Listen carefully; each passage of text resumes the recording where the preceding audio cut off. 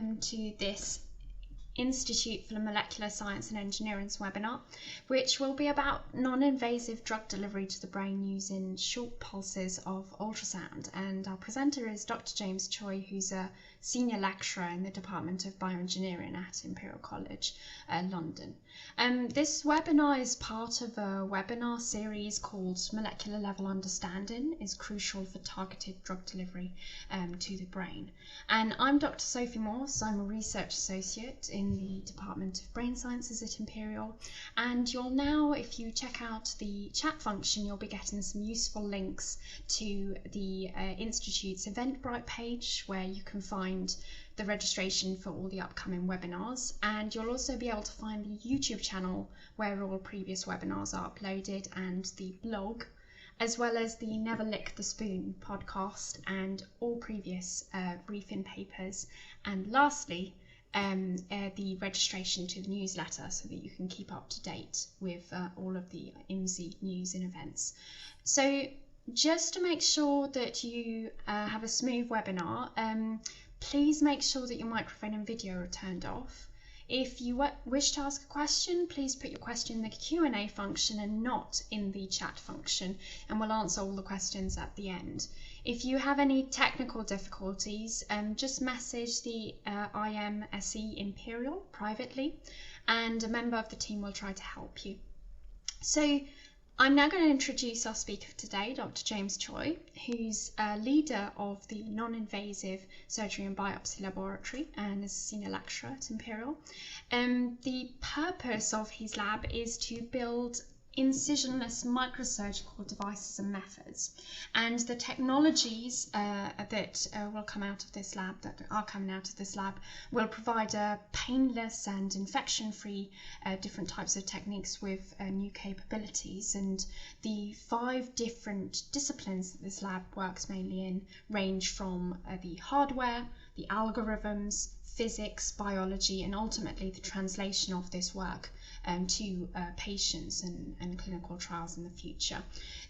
James's lab is interested in treating many different diseases, and at the moment he's mainly working on treating Alzheimer's disease and 2 different types of brain tumours, glioblastoma and diffuse intrinsic pontine glioma, which affects young children, and all of this using a non-invasive device to deliver drugs across the blood-brain barrier.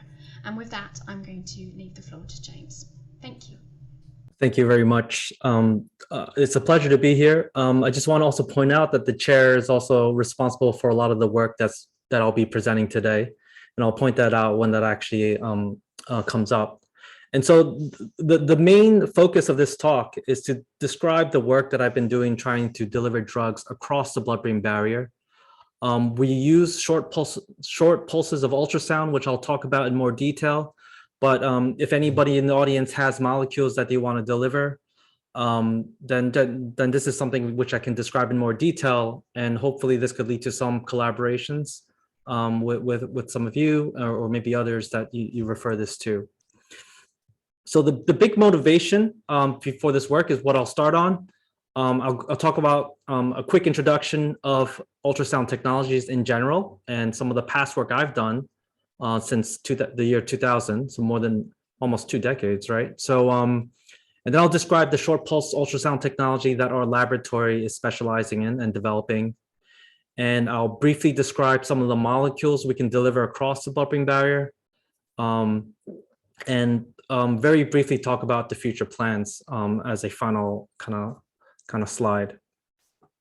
So the main thing we want to tackle are neurological diseases. And many of these diseases, unlike diseases in other organs of the body, are extremely difficult to treat due to the presence of the blood-brain barrier.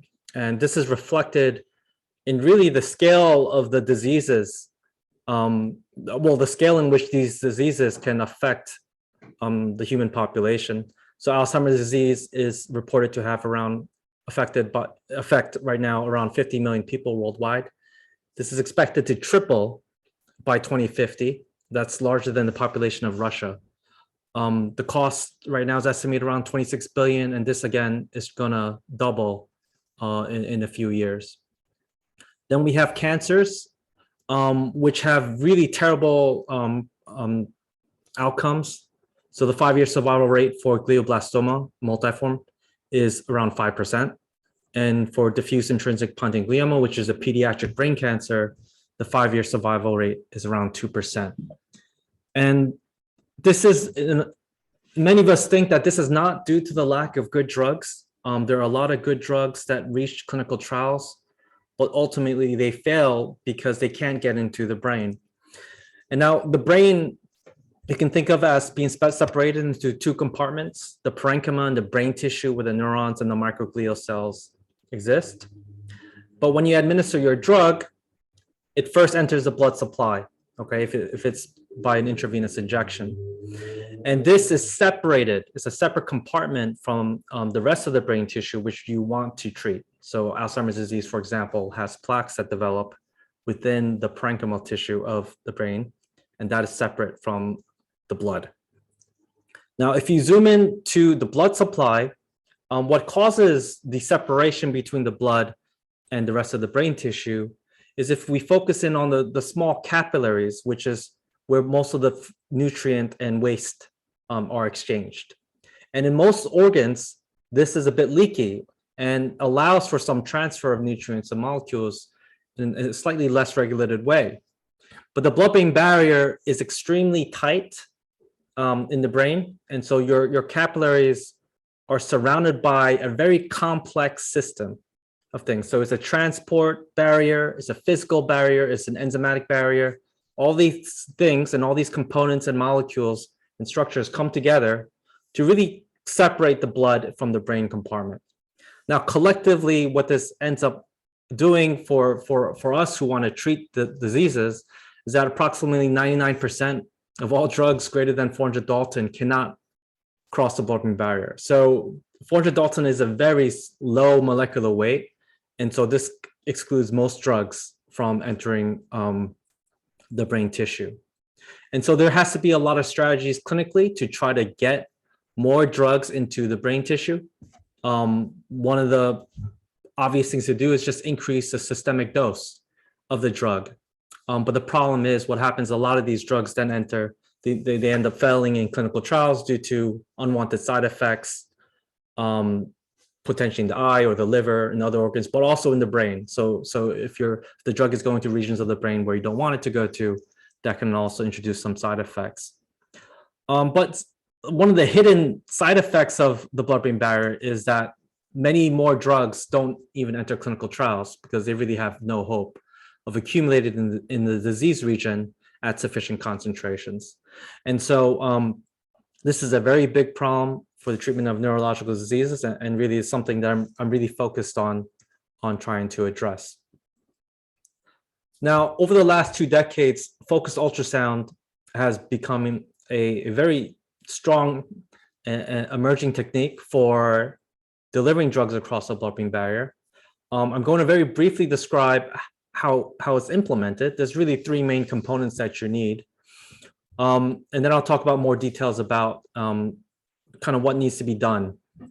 So this technology works at around two different scales. One's at the tissue scale, where we can focus ultrasound through the skin and skull of the tissue and localize it onto a volume of around maybe 1 centimeter cubed. So that's at the tissue level. We can localize a beam of sound and actually steer the beam to different regions of the brain tissue using electronic beam focusing technologies. Now, within that centimeter cubed region, we will have administered microbubbles and the drugs into the bloodstream. So actually the microbubbles and the drug are distributed everywhere in the blood supply, okay, because it's through an intravenous injection. They don't need to be conjugated to each other. So you can inject them separately from each other. So in 2 separate injections or in a co-injection. And here I'm just depicting the microbubbles and the drugs flowing through the blood supply. But again, they're flowing everywhere. Okay, so not just in the beam of the ultrasound. Now, when ultrasound is applied, it's focused. So only the bubbles within that focal volume start oscillating.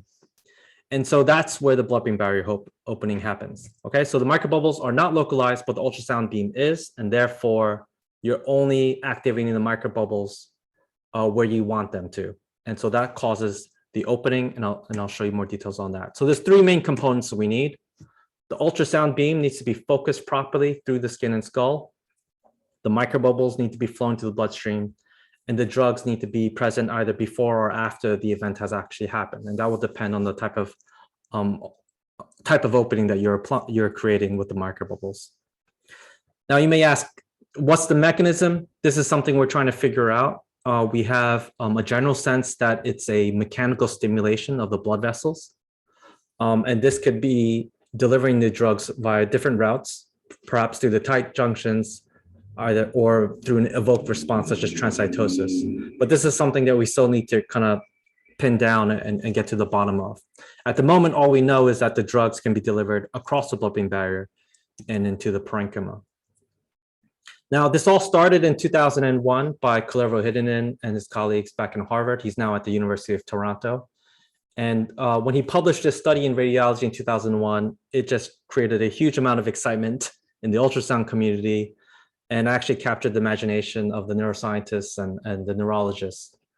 And since then, his group and my early PhD work and my current work at Imperial and many other groups have really pushed this technology forward. So it's something that has been painstaking many times, but it's gone a very long distance. And right now, I'm very happy to say that there's 4 clinical trials, 4 different organizations running clinical trials at the least. And there's a group in Australia that's going to start doing clinical trials as well. And we have interest in the UK. Me and a few other colleagues want to bring blood-brain barrier opening technologies using ultrasound to the UK as well. I've been personally involved with the group at Columbia University, which is having a clinical device being developed. And so this is just a quick summary of the 3 types of drug delivery technologies being tested clinically on human patients. This is the X-Ablate Neural by Insight Tech. And this is probably the most complex device where you can focus sound onto the brain tissue and steer it to different regions of the brain. There is a kind of invasive version where a lot of times brain tumors have surgeries and then they can just, on the way out, they can leave a probe there and through the skull or through a cranial window and use that to open the blood-brain barrier and do additional treatments and chemotherapy through the skull. And then there's something that's kind of that is non-invasive, but rather than using beam steering technologies and really complex methods of focusing sound through the skull, there's something where you can attach an ultrasound probe to a robotic arm or through some 3D positioning system, and you can navigate the ultrasound probe to the region that you want to treat. And so there's many different versions out there. None of them is clinically is in the marketplace just yet. And so a lot of the clinical trials remain early studies. But so far, it's very promising. They can achieve blood-brain barrier opening without any detectable cognitive changes. So here, I'm going to talk about my past work, which has been working with the ultrasound sequences that these clinical technologies are now using. I'm going to point out some of the things that we could potentially improve.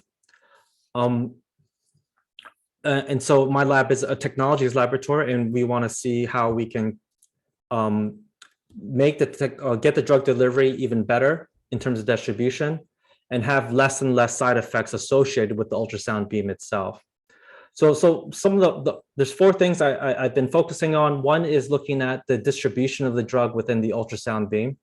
At the moment, it's pretty heterogeneous. So although you can deliver drugs within the ultrasound beam, if you analyze the tissue at a more local level within the beam, you can notice that you get some more drugs distributed in some areas rather than others. And that could be problematic for something like cancer, where you want to make sure your drug is homogeneously distributed, or even something like Alzheimer's disease and other pathologies, where you want to make sure you're having very good coverage of the treatment.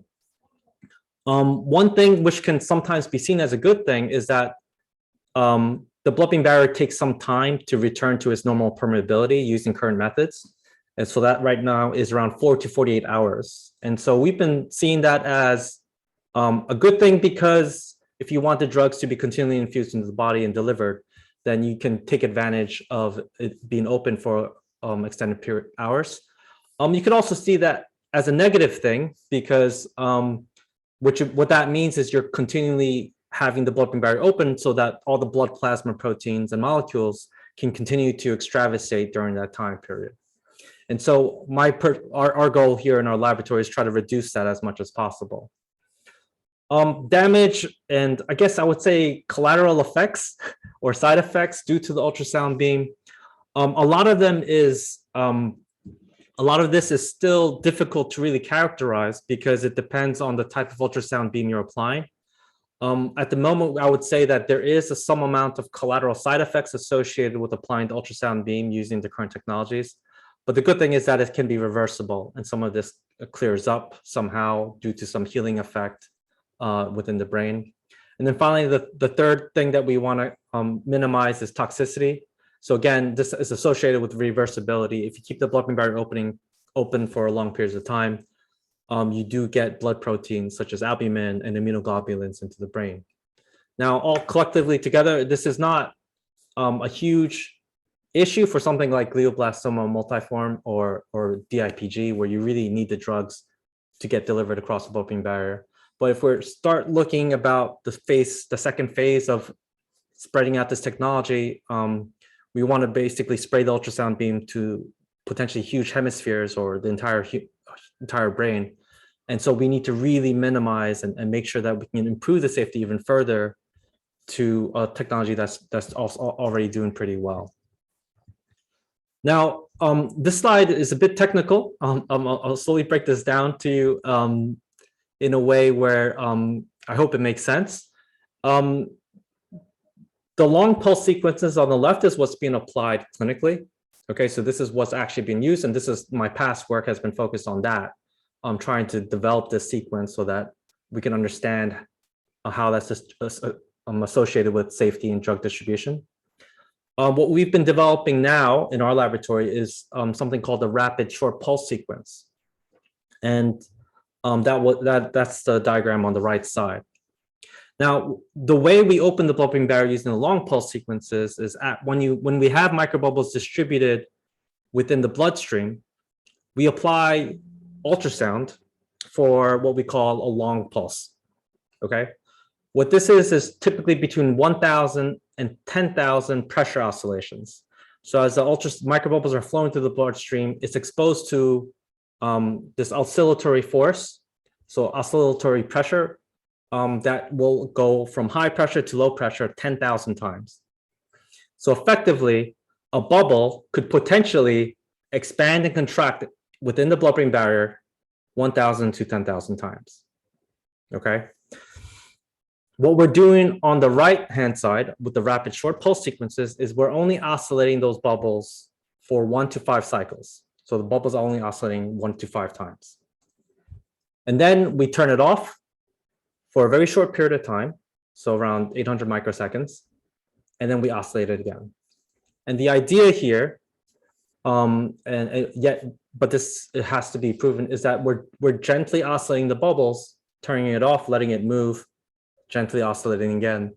And so what we're doing is we're hopefully massaging the blood-brain barrier along many different sites rather than having it trapped in the beam and applying mechanical stress continuously over one region.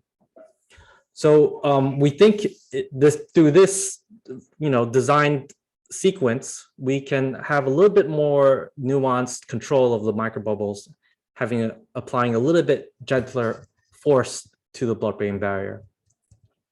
And so we developed this sequence, and we then tested whether this hypothetical sequence could have any improvement to the drug delivery, distribution, and safety. So we have a rig in our lab. We actually have 3 rigs, two here at Imperial and one at Imperial at the Institute of Cancer Research, because they want to test the delivery of drugs such as panobinostat to a pediatric brain cancer. And I'm also helping other labs in the University of Nottingham and the University of Cincinnati to build their own ultrasound drug delivery system. So the setup is composed of a very a 60 millimeter in diameter or 6 centimeter in diameter crystal. And in the middle, we have a little sensor where we can actually monitor the bubble activity. But the larger transducer focuses sound onto the mouse brain tissue through the skin and skull. We just shaved that fur off because sometimes air bubbles can get trapped underneath there. We apply coupling gel and we just basically put a water bath on top. Okay, it's just water. And ultrasound needs to travel through a water medium. It cannot travel through air at this frequency. So we apply ultrasound through the intact skin and skull, and we focus the beam, and this beam is around between 1 and 2 millimeters, and we place it over the left hippocampus, which is the memory center of the brain. And we do not sonicate the right hippocampus. And this is what really excites a lot of clinicians about ultrasound, is that we can localize ultrasound beam. It's not only non-invasive, but it's localized. And so we get the drugs to where we wanted. And also experimentally, it's very convenient because then you have in every mouse, a control data set, which is the other hemisphere. And you can compare the two from each other to see whether the drug has been actually delivered or not due to the ultrasound. So what we do is a 4-step process. We target the left hippocampus by simply moving the probe to where we want it to be. We apply focused ultrasound pulses as a rapid short pulse sequence. We then inject the microbubbles and then inject the model drug as the pulses continually are applied to the brain tissue. And so just to give you a scale, I'm going to show you a snapshot of how blood-brain barrier looks in the next slide, but this is just to show you a mouse brain, and we're targeting the left hippocampus over here. And using the rapid short pulse sequence, we get this type of image, okay? So we place the ultrasound beam over the left hippocampus, and we can get this drug or a model drug that normally does not cross the blood-brain barrier. In this case, it's a 3,000 Dalton dextran molecule, okay? And if you look on the right-hand side, you see nothing being distributed on that right-hand side. So it's only due to the presence of the combination of ultrasound and microbubbles that delivers this 3,000 Dalton molecule. And this is very exciting because we can have a whole load of drugs around the size of 3,000 Dalton. So base 1 inhibitors, metallo drugs that can disaggregate proteins, Alzheimer's plaques. A lot of the chemotherapeutic agents are below this size. And so 3,000 Dalton, even though that seems like a small value, it opens the door already to an immense amount of drugs that could potentially be swarming into the parenchyma. And if we zoom in a little bit further, we can look at the finer details of where this dextran compound is being distributed. And so this is a zoom in image, and we can see a lot of different patterns in here. There's some homogeneous regions, and there's some regions where you have a high amount of fluorescence. And if we peer into it, what we can see on the left-hand side, this is using confocal microscopy. We can see this glow, and that's the dextran entering the parenchyma. And just need to be clear that this is not immunohistochemistry. This is simply just the dextrans being injected intravenously. We're slicing it up, and so this is just the light from the dextran popping out. So it's a huge amount of dextran that's being delivered. And what's quite nice is you can see these black regions, and these are cell bodies. And you can see kind of these, I don't know if you can see it on your screen, but you see this kind of pattern of lines that are stretching out. And that is due to the axons from those cell bodies. And so you get this kind of texture, this kind of like backlit image showing that dextran has really penetrated throughout the entire parenchyma. Surprisingly, what we really weren't expecting with dextran, but we later found out that this makes sense, is that the dextrans have been uptaken by the neurons, and you can actually see the axonal projections from those cell bodies. And so not only did we deliver to the parenchyma, but we think we delivered enough of it so that some of the neurons have uptaken, there's enough around it so that it can uptake those dextrans and then have it being distributed within its cell body and all of its processes. Later on, we found out that dextrans were actually used as neuronal tracers back in the days. They're not as efficient as some of the neuronal tracers you might use now, but they have some properties where they are taken up by the cells. And so we're really excited by this. We then did histology using hemotoxin and eosin staining. This allows you to look at some like bleeding, any vacuolizations you might see in the tissues or any empty spaces in the parenchyma. And based off of, again, this is not a, this is a very quick study where we're just comparing the left side to the right side. And we did not see any significant differences between the targeted left hippocampus and the control using RASP. Whereas with long pulses, you have to be a little bit concerned. You do see some differences between the left and right. In this case, sometimes you can see very small sites of erythrocyte extravasation due to the long pulses. But what's most exciting for us in terms of safety is that if you inject a dextran 10 minutes after or 20 minutes after, we do not see any detectable levels of dextran in the brain tissue. So we open the blood-brain barrier using ultrasound. Then when 10 minutes after, we inject dextran and we see nothing delivered. So what this is telling me, and what this is telling us is that there's some closing procedure happening within those 10 minutes, or potentially that this is an active process that you need dextran to be present with the microbubbles while the ultrasound is turned on. And if you don't have them at the same location, then maybe they're not deliverable. So it's either that or there's a fast recovery time, which is within 10 minutes. So this is something we're going to investigate a little bit further mechanistically. But this is also good because that means you can time your ultrasound with a bolus injection of your drug and then be quite happy that the blood-brain barrier has returned to its normal protective property so that the patient, the mouse, can live on their life, not walking around with a leaky blood-brain barrier. Now, two things that we were concerned with, as I mentioned before, was the presence of albumin and immunoglobulin in the bloodstream. Now, these are endogenous molecules. Albumin represents around 50% of the proteins in your blood. And so we were wanted to look to see whether or how much albumin comes out of the blood-brain barrier as kind of a collateral effect or a side effect due to the blood-brain barrier opening. We also want to look at the immunoglobulins, which are native in the bloodstream. And what we found with albumin is that it does come out with RASP if you check it immediately after you open the blood-brain barrier. So this is around 66,000 Dalton. So this is something to think about. 66,000 Dalton compounds do come out. But if you then check 10 minutes later, there's no detectable levels of albumin, and 20 minutes after, there's none as well. With long pulses, this is also confirmed in other studies. Albumin is released at 0 minutes or immediately after, and you can still detect it hours after. With immunoglobulins, we were not able to detect any increase in immunoglobulins either immediately after or 10 or 20 minutes after the blood-brain barrier opening. And so there seems to be some type of molecular threshold of compounds that can be delivered across the blood-brain barrier. And this is something we're investigating further. Actually, Sophie is actually going to put a paper together that more finely lets us know which type of molecules can be delivered. With long pulses, immunoglobulins are delivered across the blood-brain barrier, again, as confirmed with other studies.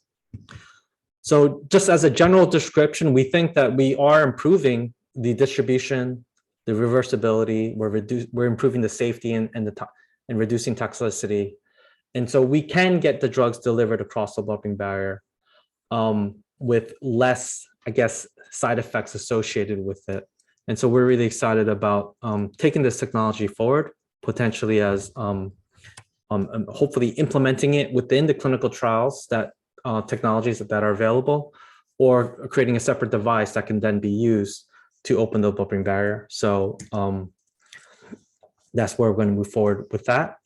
Just quickly summarize what kind of molecules we can deliver across the blood-brain barrier. Many of you may have your own molecule or nanoparticle or something of that sort, and there's only some of the drugs that I would kind of be confident to say that we can actually deliver. I'll talk about some of the work with our liposomes. So this is a collaboration with Raphael from King's College London. He makes liposomes. And we were wondering whether we can get something as big as around 100 nanometers in diameter across the blood-brain barrier. So this is a liposome with a DID dye embedded within the lipid membrane.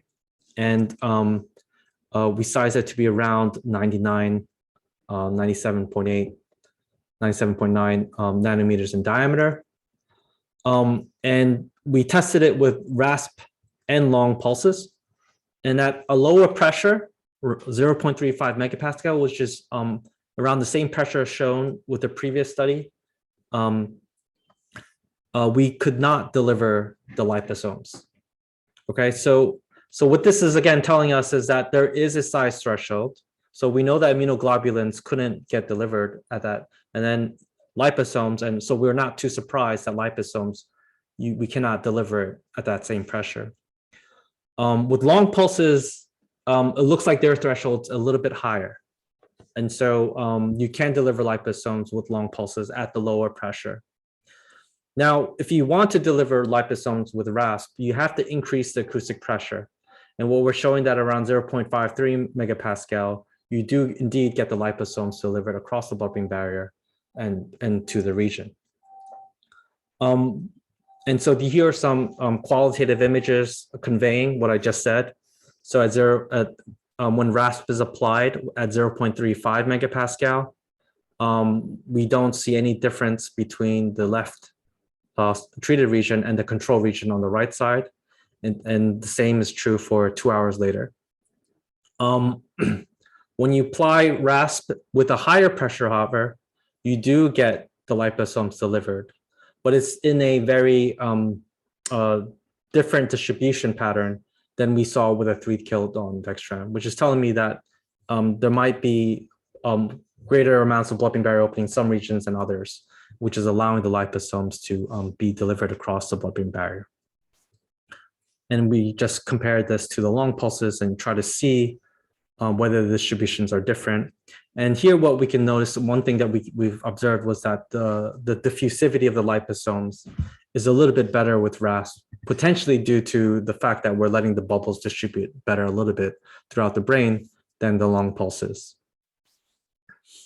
We also investigated metal complexes. This is a metal complex developed by Tiffany and Ramon Viller from the Department of Chemistry at Imperial College London. And we did the same thing. We applied RASP to the left side and we left the right side as a control.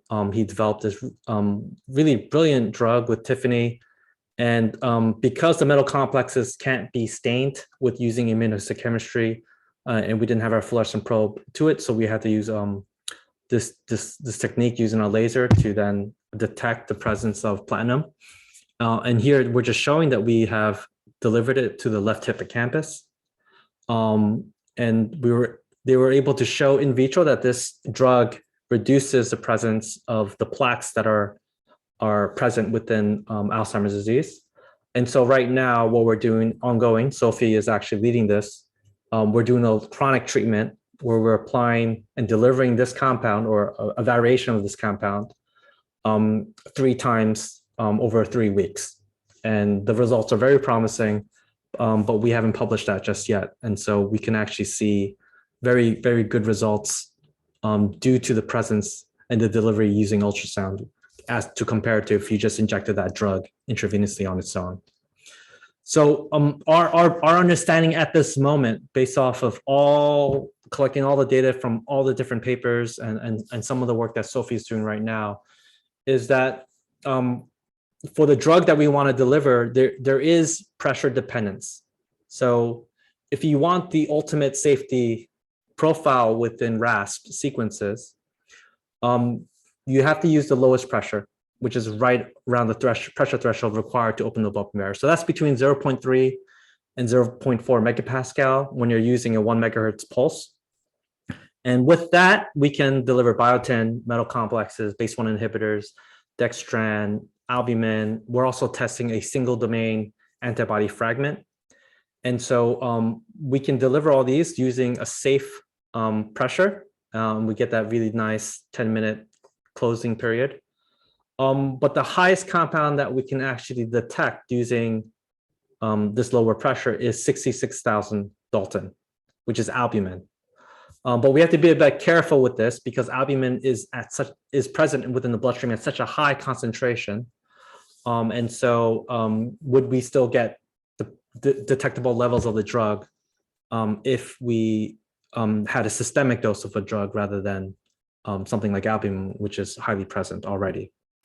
And so if you do want to deliver larger cargo, so far we've delivered liposomes, but this required a higher pressure, which we'd have to be a little bit mindful of what that would mean if you're using a higher pressure.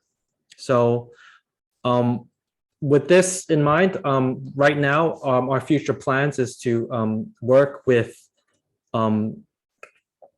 different diseases. Right now, we're looking at Alzheimer's disease, GBM, and pediatric brain cancers. And we're trying to find the best drugs to treat with each of these animal models. So we're working with Nelifar Saeed from Imperial on GBM, Magdalena Sastre from Medicine to treat Alzheimer's disease, and ICR to treat DIPG using panobinostat. And so we have this platform in the lab.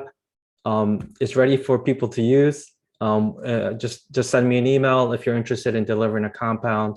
We can discuss collaborations. I can help you get preliminary data and so forth. So with that, I'd like to really acknowledge more than just the people I've mentioned from the papers on each individual slide. Sophie, in particular, for doing the vast majority of the work that I've presented here. Tiffany Chan, who's developed the metal complex. Aishwarya Mishra, who's developed the liposomes. And of course, my many, many collaborators. I've only listed 3 here for their direct involvement in the studies I've shown. But again, there's a lot of groups across Imperial and beyond, which I'm working with to get this stuff translated. With that, send this back to Sophie. Thank you. Thank you so much, James. That was really nice. So if anyone in the audience has any questions, just pop them into the Q&A function that's down at the bottom. And I suppose while we wait for questions, I'm going to ask something related to the clinical trial. So in terms of this, if someone wanted to maybe join a clinical trial in the UK in the future, when do you think that might happen? And what are the main challenges in us being able to get this technology to those clinical trials? So I mean, the very latest understanding I have, updated this week, is that there is an inside tech system for ultrasound drug delivery, which is the money is there and it should be available within the UK. I don't know how much I can disclose right now, but the UK will have a blood-brain barrier opening system, and which means that they are then going to look for MHRA approval and get that all sorted. If the machine is here, though, I don't see a big issue with that being approved because of all the clinical trials being run across the world. Once that's set up, then you can start having discussions with that clinical unit to then deliver your drugs clinically, and that's something you would have to work with them, and I'll be involved with them as well because we are collaborating. There's interest by another laboratory within the UK who are trying to set up another system, and that might be online as well.